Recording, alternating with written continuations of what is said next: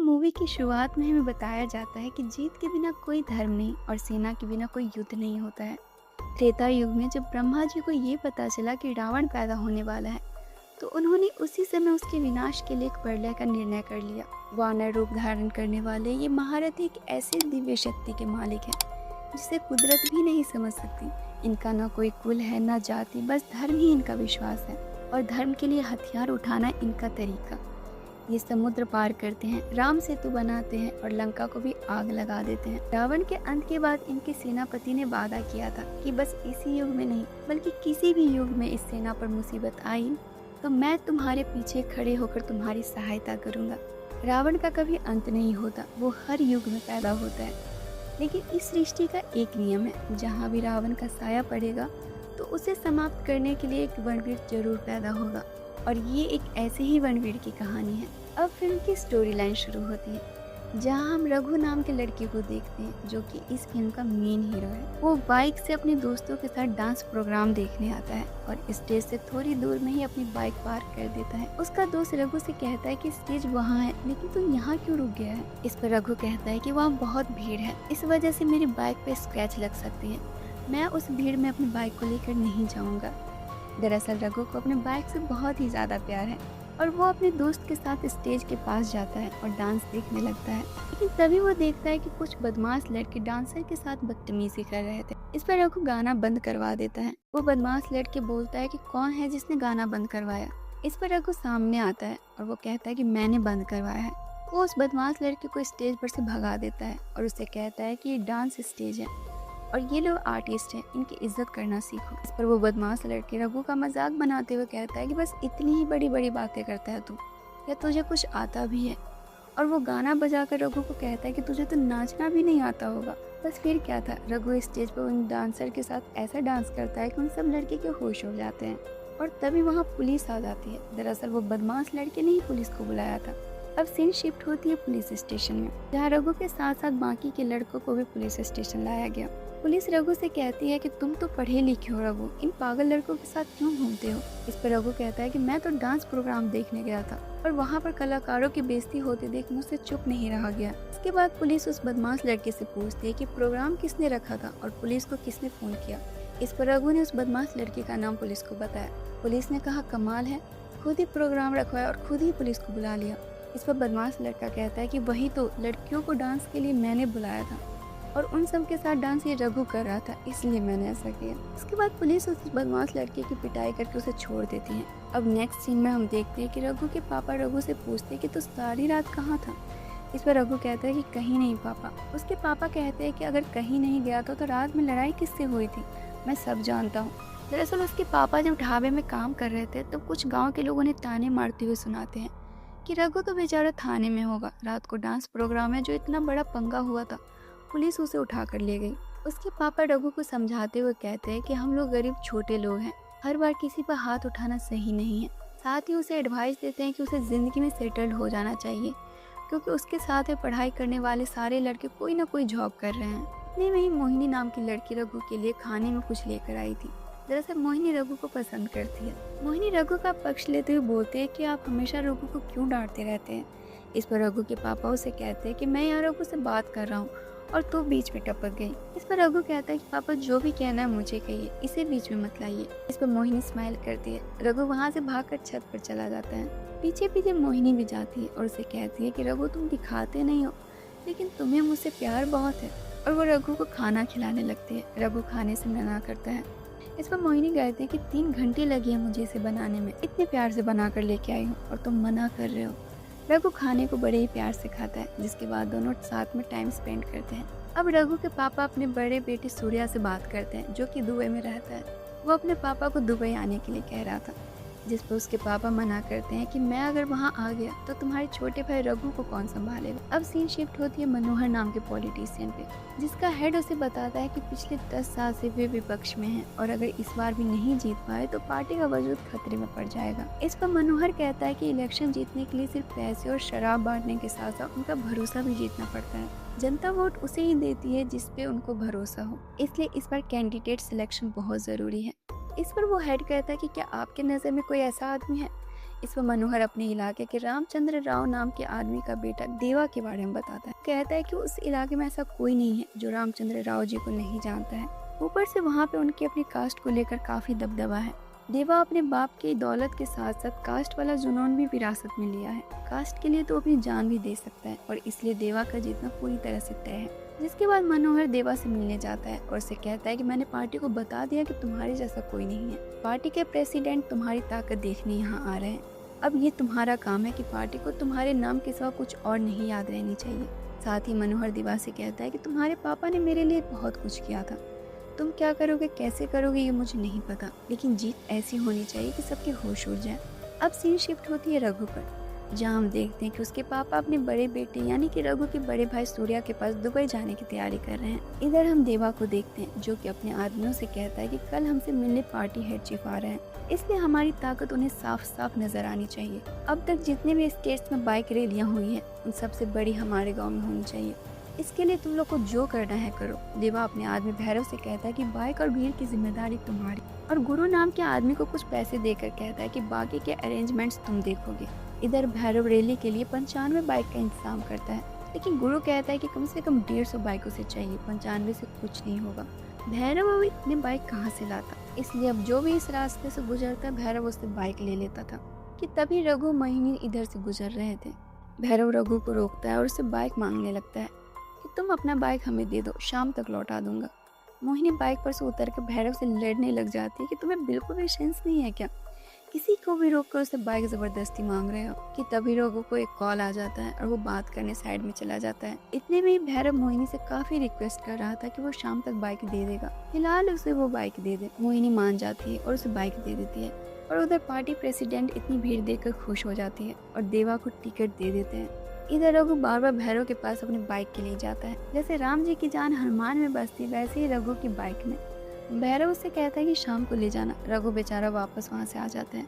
फिर अगले दिन रघु भैरव के घर पहुँच जाता है। भैरव के नहाते खाते वो किसी भी टाइम उसके पास जाता है और उससे अपनी बाइक मांगने लगता है। एक दिन जब उनकी पार्टी चल रही होती है कि तभी रघु फिर से भैरव के पास पहुँच जाता है। भैरव रघु से कहता है कि तू तो बेतहार के जैसे मेरे पीछे ही पड़ गया है। हमारे पार्टी से कोई लड़का तुम्हारी बाइक को लेकर कहीं गया हुआ है, सब के सब इलेक्शन में लगे हुए हैं, इसलिए कल आना। रघु कहता है कि नहीं, जब तक मेरी बाइक नहीं मिलती मैं यहीं रहूंगा, मैं यहाँ से कहीं नहीं जाऊंगा। भैरव कहता है कि तू इतनी देर तक यहाँ नहीं रुक सकता। रघु कहता है कि ठीक है, मैं कार्यकर्ता बन जाता हूँ। इस पर भैरव कहता है कि पार्टी कार्यकर्ता बनने के लिए सिर्फ फोटोज और साइन नहीं लगते हैं, तेरे पास कम से कम 30 लोग होने चाहिए जो तेरी बात सुने, तू जो कहे वो करे। इस पर रघु कहता है कि बस इतनी सी बात है, वो सब तो मैं देख लूंगा, तुम बस मेरी बाइक को देखो।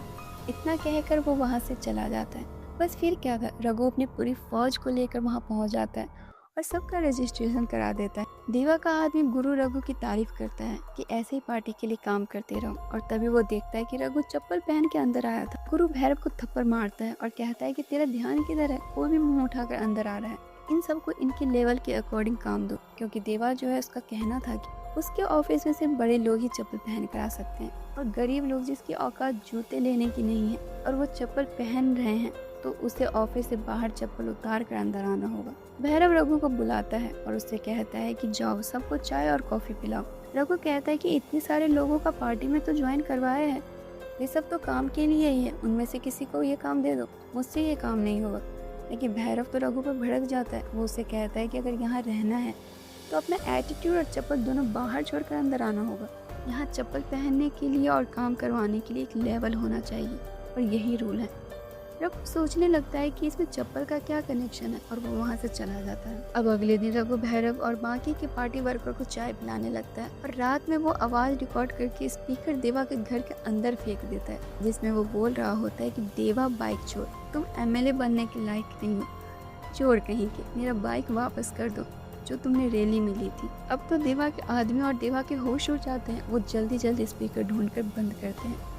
देवा अपने आदमियों से कहता है कि पहले सबकी गाड़ियाँ वापस करो, और जिसने भी ये किया उसे जल्द से जल्द मेरे पास ढूंढ कर लेके आओ, क्योंकि इलेक्शन का टाइम है और इसलिए ऐसी चीज़ों का हल्के में नहीं ले सकते। इधर भैरव को रघु पर शक हो रहा था, इसलिए वो उसे पूछता है कि रात को तूने ही वो स्पीकर लगवाए थे क्या। रघु कहता है कि हाँ, और मैं क्या कर सकता था, मेरी बाइक नहीं मिलेगी तो यही सब होगा।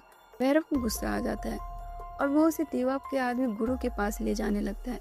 लेकिन रघु अचानक से भैरव के हाथों से खुद को जख्मी कर लेता है और गुरु से जाकर कहता है कि भैरव ने उसे चाकू मारा है क्योंकि वो ऑफिस से चप्पल पहन के आया था।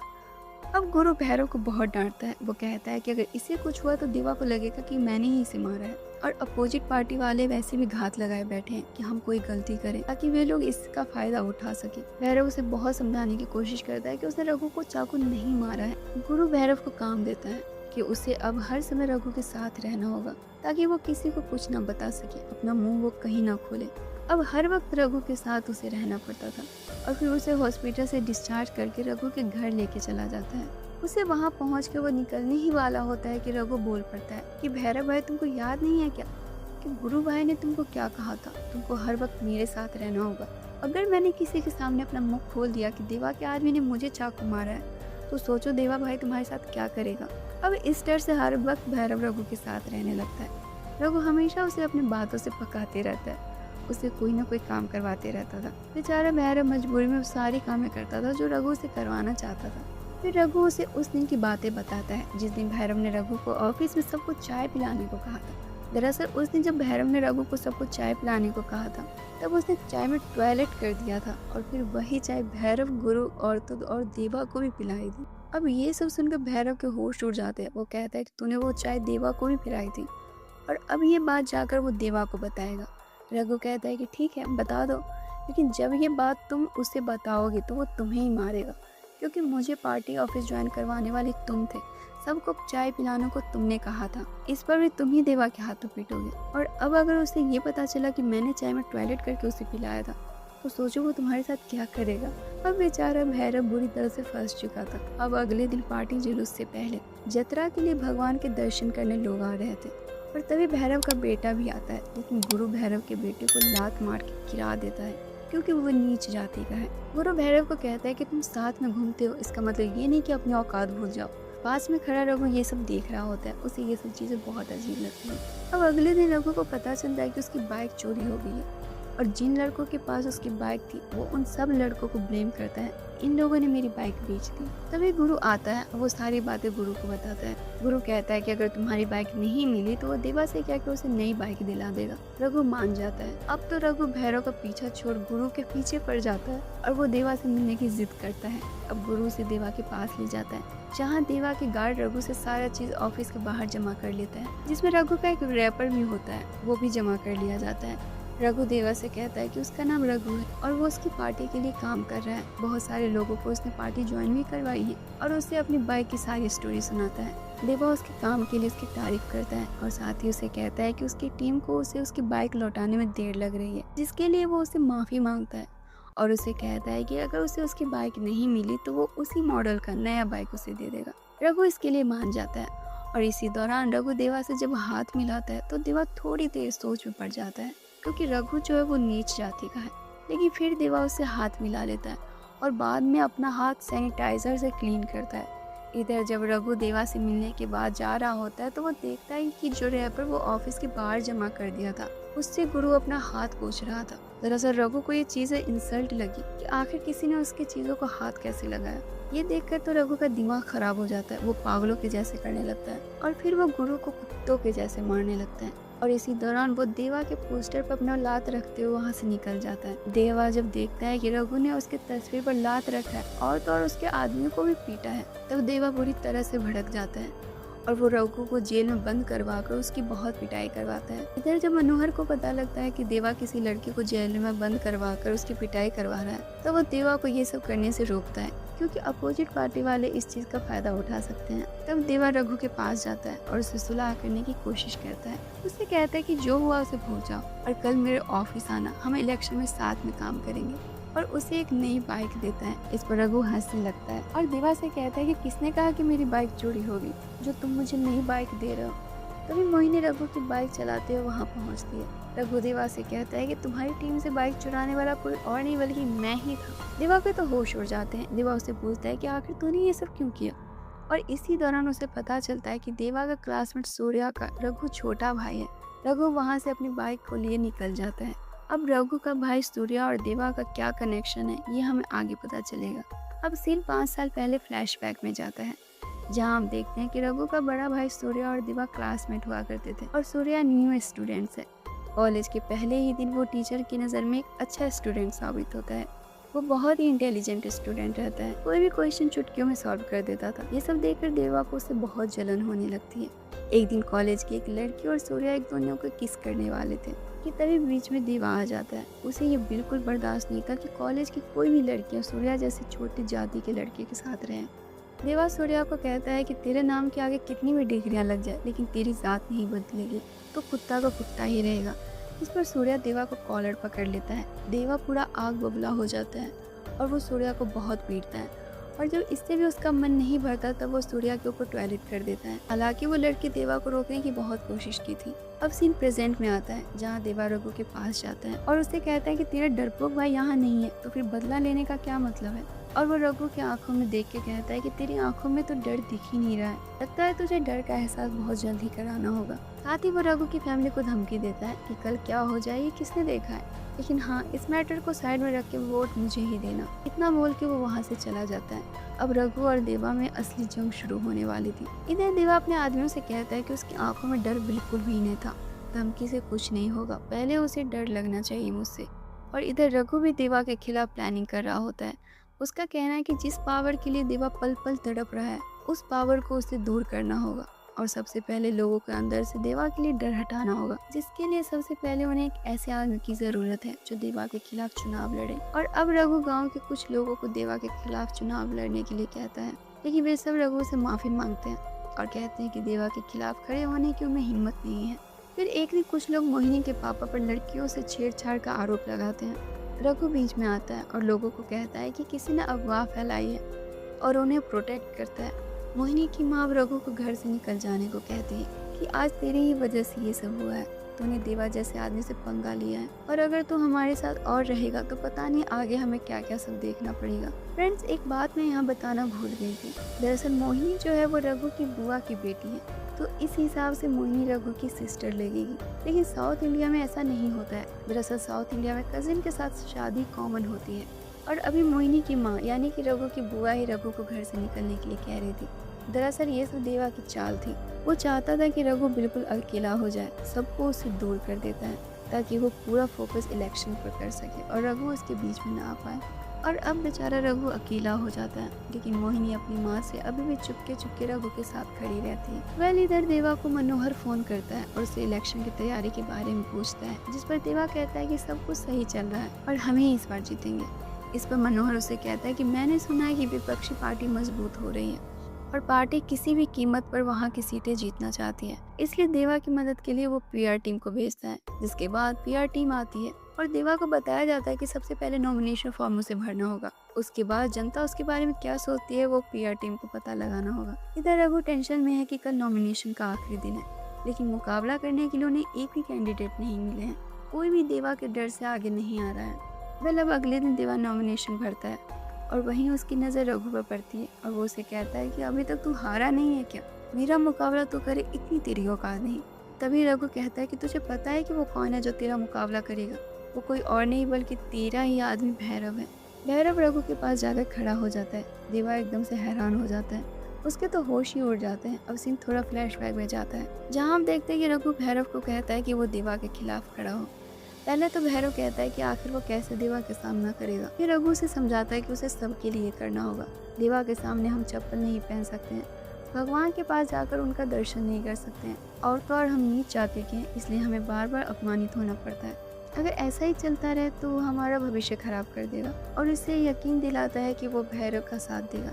अब सीन प्रेजेंट में आता है जहाँ देवा भैरव को कहता है कि तू मेरे साथ कुत्तों की तरह रहता था और अब मुझ पे ही भौंक रहा है। इस पर भैरव उसे कहता है कि मैं तो तेरा वफादार ही था, लेकिन तूने मुझे कुत्ता समझा और वैसे भी मैं पार्टी कार्यकर्ता हूँ, तेरा नौकर नहीं। रघु देवा से कहता है कि तुझे मेरी आंखों में डर नहीं दिख रहा था ना, लेकिन मुझे तेरी आंखों में डर साफ साफ नजर आ रहा है। रघु वहाँ से अपने आदमियों के साथ देवा का मजाक बनाते हुए चला जाता है। फिर अब देवा अपनी पार्टी के साथ लोगों से वोट मांगने जाता है, जिसके लिए बेचारे को पता नहीं क्या क्या करना पड़ता है, जैसे कि लाश को कंधे देना, जिससे लोगों के दिल में वो जीत सके। इधर उसकी पीआर टीम भी पता लगाने में लगी थी कि जनता वोट किसे देगी, जिसमें जनता नाम तो देवा का ले रही थी, लेकिन अंदर से भी रघु के साथ थे और इधर रघु भी भैरव के लिए वोट मांग रहा था और पूरी जनता उसके साथ थी। बल अब अगले दिन देवा भाषण देने वाला था, सारी तैयारियां हो गई थी।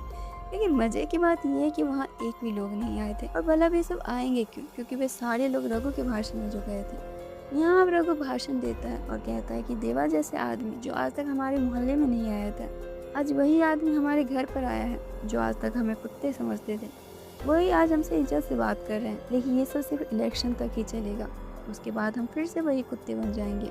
हमारे साथ जो हुआ सो हुआ, क्या हमारे बच्चे को भी इसी तरह से जीना होगा? और ये सब तभी बदलेगा जब आप लोग अपना सही लीडर चुनेंगे। वो कहता है कि भैरव हमारा भाई है, वो हमारे साथ दर्द झेला है और हमारे साथ खड़ा रहा। अगर हमारे भाई की जीत हुई तो हम सबकी जीत हुई। आप सब इसे जिताएंगे ना? इस पर सारी जनता कहती है कि हाँ, हम ज़रूर जिताएंगे। और इधर देवा भाषण में एक भी लोगों को ना देखकर अपने आदमियों को बहुत ही गुस्सा कर रहा था कि तभी उसका आदमी गुरु वहाँ से गुस्से में निकल जाता है, क्योंकि उसे भैरव और रघु दोनों को बहुत ही गुस्सा आता है। कि तभी वो मोहिनी के पापा यानी कि रघु के फूफा को स्कूटी से आते देखता है और वो उसके फूफा का एक्सीडेंट कर देता है। और जब ये बात रघु और उसके परिवार यानी कि उसकी बुआ और मोहिनी को पता चलती है तो वे सब हॉस्पिटल जाते हैं और उन्हें पता चलता है कि उनकी हालत बहुत ही क्रिटिकल है। इतने में रघु का बड़ा भाई सूर्या भी वहाँ आ जाता है और वो आते ही रघु को थप्पड़ मारता है और उसे कहता है कि तू जानता नहीं है कि वो लोग किस हद तक गिर सकते हैं। तू है मेरा खून, लेकिन मैं कभी नहीं चाहता था कि तुम मेरे लिए उस देवा से दुश्मनी करे। मैं सब कुछ भूलकर इतनी दूर चला गया था, लेकिन इसके बावजूद भी तुझे उन लफड़ों में पड़ने की क्या ज़रूरत थी? क्या तू पागल हो गया है? इस पर रघु की बुआ से कहती है कि हाँ, ये पागल हो गया है। हम इतने सालों किसी तरह से जी रहे थे, हमारा अपमान हुआ फिर भी, और जब बात हमारी जान पर आई तब ये सह नहीं सका। और जब उन लोगों ने तुम्हारे पापा को मारा तो वो दर्द इसने किसी से बांटा नहीं बल्कि अकेले सा। अब ये सब सुनकर सूर्या के होश उड़ जाते हैं। तो सीन अब फ्लैशबैक में जाता है, जहाँ हम देखते हैं कि जिसने रघु के पापा अपने बड़े बेटे सूर्या के पास दुबई जा रहे थे, तब रास्ते में देवा के गुंडे जमीन को लेकर एक आदमी को बड़ी ही बेरहमी से मार दिया था। पर ये सब होते हुए रघु के पापा ने देख लिया था। जब देवा को ये बात पता चली कि किसी ने ये सब होते हुए देख लिया, तब उसने आदमियों से उसे भी मारने को कहता है। इसलिए वे गुंडे रघु के पापा को भी चाकू मार देते हैं। रघु के पापा अधमरी हालत में रघु को फ़ोन करते हैं, जहाँ भैरव रघु और मोहिनी को बाइक के लिए रोक के रखा था। और तभी रघु को एक कॉल आता था। वो कॉल उसके पापा ने ही की थी। रघु के पापा उसे कहते हैं कि उसे किसी ने चाकू मार दिया और सारी बातें बताते हैं। और इतने में ही वो अपना दम तोड़ देते हैं, जिसके बाद वो गुंडे रघु के पापा और उस आदमी को वहीं जला देते हैं। रघु बेचारा अपने पापा को ढूंढता हुआ मुर्दाघर में आता है, जहाँ उसके पापा की जली हुई डेड बॉडी से मिलती है और अपने पापा की लॉकेट से वो उन्हें पहचानता है। रघु पूरा पागलों के जैसे करने लगता है, रो रो के उसका बुरा हाल हो जाता है। और ये गम वो चुपचाप अंदर समेटे हुए था, लेकिन बहुत दिनों बाद मोहिनी को वो सब कुछ बता देता है। और उसके बाद सूर्या को छोड़कर उसके परिवार में सबको ये बात पता चल जाती है। अब सीन प्रेजेंट में आता है, जहाँ रघु की बुआ सूर्या से कहती है कि किसी को भी तुम्हारे पापा के जैसे ना सहना पड़े, इसलिए ये देवा से भिड़ गया। और ये कोई बगावत नहीं बल्कि ये एक जंग है। फिर उधर देवा गुरु को बहुत सारे पैसे जनता में बांटने का काम देता है। गुरु कुछ पार्टी कार्यकर्ता से कहकर पैसे बंटवाने लगता है ताकि जनता उसे वोट दे। और इधर देवा रघु से कहता है कि तुझे क्या लगता है, तो इलेक्शन जीत जाएगा? सिर्फ भीड़ इकट्ठा करने से वोट नहीं मिलते। जनता अच्छी स्पीच सुनाने वालों को वोट नहीं बल्कि पैसा बांटने वालों को वोट देती है। उसके लिए नोट उड़ाने पड़ते हैं। और तेरी तो इतनी औकात नहीं है, लेकिन मैंने अपना काम कर दिया है और अब मुझे इलेक्शन जीतने से कोई नहीं रोक सकता। इस पर रघु कहता है कि सही कहा देवा तूने, पैसे तेरे तो वोट भी तेरे ही होंगे। इतना बोलकर वो हंसने लगता है। वो कहता है कि वो पैसे जो तूने दिए थे, पैसा तेरा ही था, लेकिन बांटने वाला कोई और नहीं बल्कि मेरे आदमी थे, और कल जीत भी हमारी ही होगी। अब तो देवा के होश उड़ जाते हैं। अब सीन फ्लैशबैक नोट बांटने वाले दिन में जाता है, जहाँ रघु के आदमी पैसा बांटते हुए जनता से पूछते हैं कि बताओ वोट किसे दोगी। इस पर जनता कहती है कि देवा भाई को, लेकिन रघु के आदमी कहते हैं कि सोचना भी मत, वोट भैरव भाई को ही देना। और इसी तरह से वे सब मिलकर देवा का ही पैसा जनता में बांट कर वोट खरीद लेते हैं।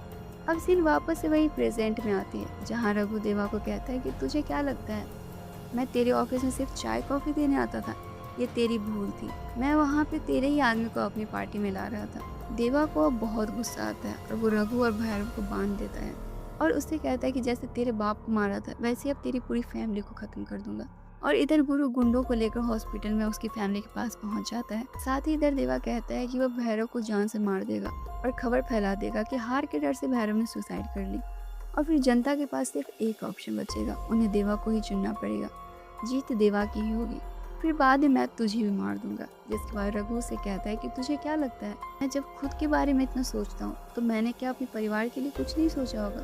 दरअसल उसने हॉस्पिटल में पुलिस को भी भेज दिया हुआ था, जहाँ पुलिस का और गुंडों का आमना सामना होता है और उन सब से फाइट करके रघु की फैमिली को बचा लिया जाता है। पर इधर रघु और भैरव देवा से फाइट करके वहाँ से भागने लगते हैं और इसी दौरान रघु गुंडों से बचने के लिए उनके ऊपर एथेनॉल का भरा ड्राम फेंक देता है, जिससे कि ऑयल चारों तरफ फैल जाता है। पहले तो देवा हंसने लगता है कि अब बच के कहाँ जाएगा तू, कि तभी रघु पास से जल रही आग उस एथेनॉल पर फेंक देता है, जिसकी वजह से सारे गुंडे जलकर मर जाते हैं और रघु के पीछे स्वयं हनुमान जी खड़े रहते हैं। देवा पूरा हैरान हो जाता है, वो डर से वहाँ से भागने लगता है, लेकिन रघु उसे पकड़ के बुरी तरीके से पीटता है। रघु उसे जान से ही मारने वाला होता है, लेकिन वो रुक जाता है। तभी देवा कहता है कि मुझे मार दे, तो जैसे लोगों से हारने से अच्छा है मर जाना, इसलिए मुझे मार दे।